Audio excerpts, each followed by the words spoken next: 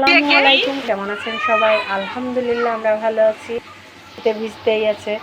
আমি এদিকে কি করব, সবার জন্য রান্না করতেছি। আমাদের অফিসে 2 দিনের ছুটি ছিল। 2 দিন ছুটির ভিতরে আসলে একটু ভালো মন্দ খাবো, এটাই তো।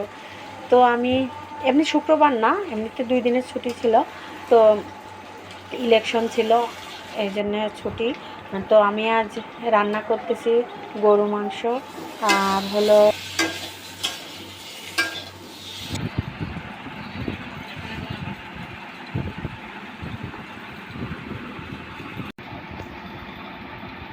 Khadija.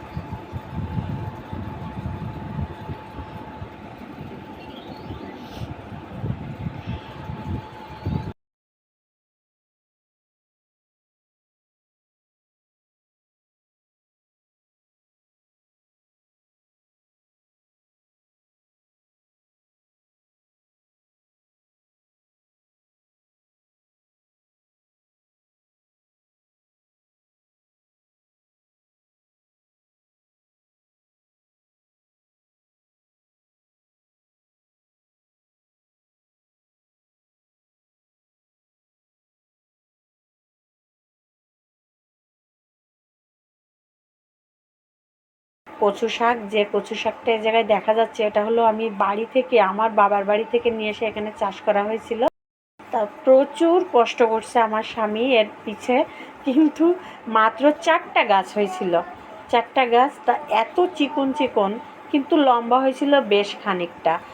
আর এই কচুটা এত স্বাদ, এত ভালো কচুটা, এমনকি মুখে চুলকায়ও না। তো এই কচুটা আজকে আমি রান্না করব, তা সেটাও আমি আপনাদের সঙ্গে শেয়ার করতেছি।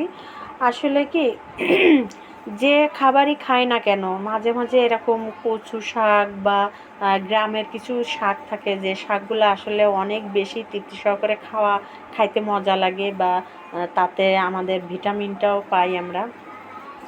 আমি যেদিন গরুর গোশ রান্না করি বা মুরগির গোশই রান্না করি, যেটাই রান্না করি না কেন, আমার বাচ্চাদের প্রথমত সেই কষানি মাংসটা, জানি না কার কার পছন্দ, আমার বাচ্চাদের খুব পছন্দ এবং আমারও খুব পছন্দ। তো আমি রান্নার পরে মাংস কিছুটা উঠায় ওদেরকে খাওয়াই, আমি নিজে খাই।